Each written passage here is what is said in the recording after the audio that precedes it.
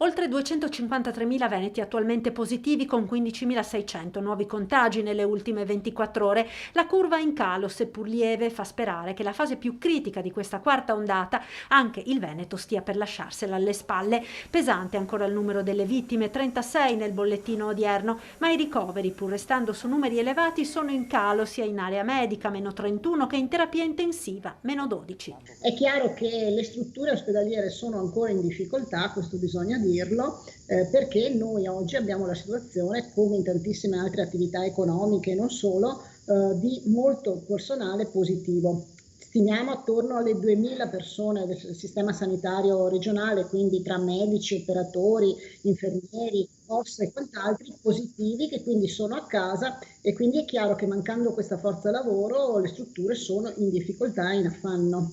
Anche il sistema sanitario rispecchia quanto sta accadendo nel resto della società, le prese con una variante Omicron ormai quasi totalitaria, molto diffusiva e che sta tenendo chiuse a casa decine di migliaia di persone.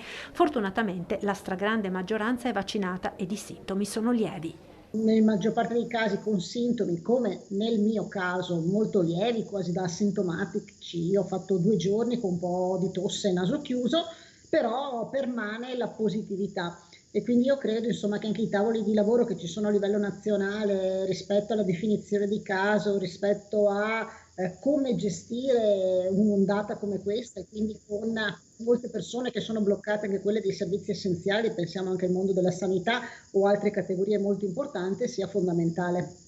Di qui le richieste delle regioni al governo di rivedere le regole su isolamenti o quarantene e asintomatici. Auguriamo che settimana prossima, come anche per la scuola, perché almeno queste sono le notizie che noi abbiamo, ci siamo tutti resi conti che è impossibile applicare il famoso protocollo nuovo per quanto riguarda la scuola, con l'autosorveglianza, con il monitoraggio, la quarantena, i tamponi al T0, al T5, cioè nessuna regione ce la fa, questo bisogna dirlo, e quindi mi sembra di capire che anche c'è un ripensamento cercando anche di evitare appunto una trafila di questo tipo, che vuol dire ritardi e vuol dire complicazioni.